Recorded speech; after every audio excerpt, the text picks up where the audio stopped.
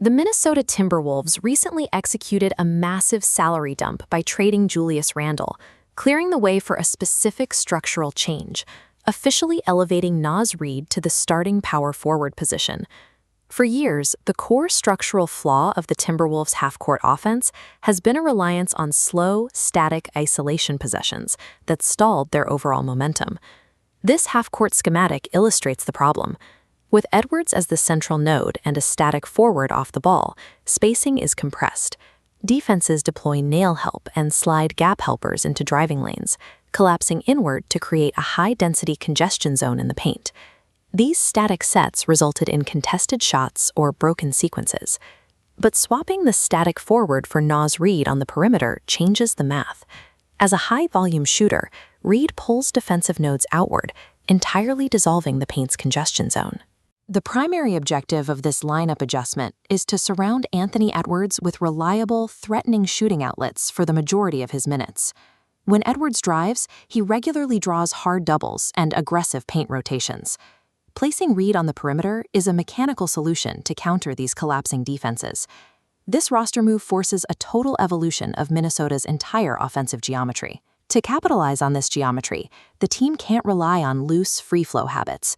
They must construct a highly choreographed playbook tailored to this new spacing. The basic geometry of this spaced floor relies on a two-point structure, Edwards initiating a downhill drive while Reid spaces wide to the deep corner. This half-court diagram shows the weak side dilemma. Watch the defender node, Gordon, shift away from the corner to tag the rolling center. Reid's gravity punishes this. A distance line between Gordon and Reid shows this closeout is mathematically impossible to cover. A predictable rotation cascade follows. When a defense tilts its entire internal structure to stop an Edwards drive, it forces late, emergency closeouts on perimeter shooters.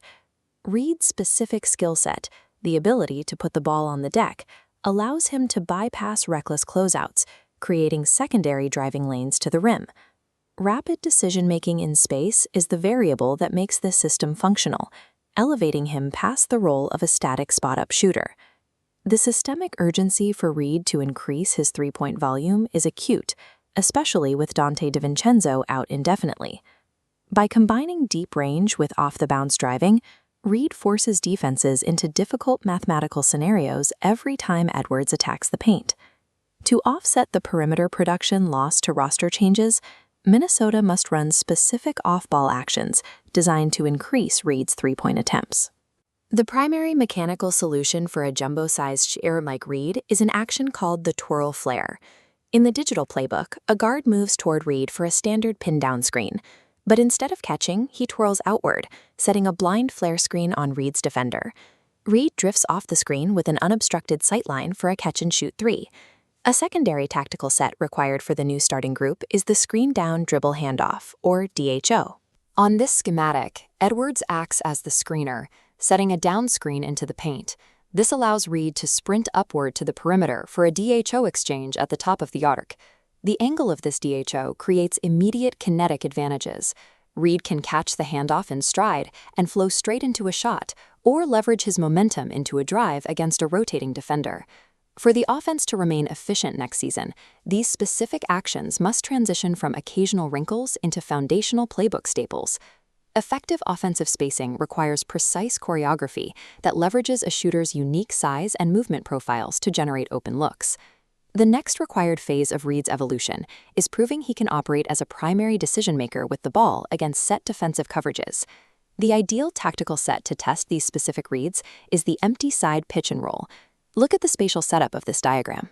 By stacking all three weak side offensive players in a tight cluster, they completely clear one entire half of the floor for a two-man pitch and roll action featuring Reid. This weak side structural setup pulls from historical precedents successfully mastered by the team's veteran core, specifically Mike Conley and Rudy Gobert.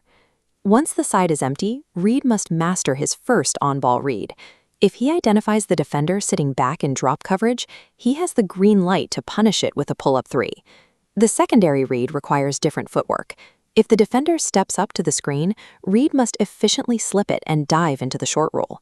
His current developmental flaw in these short roll situations is a tendency towards tunnel vision. He often defaults to a straight line drive to the rim instead of processing how the defense is shifting around him. When he properly reads the weak side defense sliding over to stop his roll, that path to the rim is blocked, but multiple passing angles and cutting targets instantly become available in the corners. Mastering these precise reads transforms Reid from a simple scoring outlet into a central playmaking hub, capable of dissecting defensive adjustments in real time.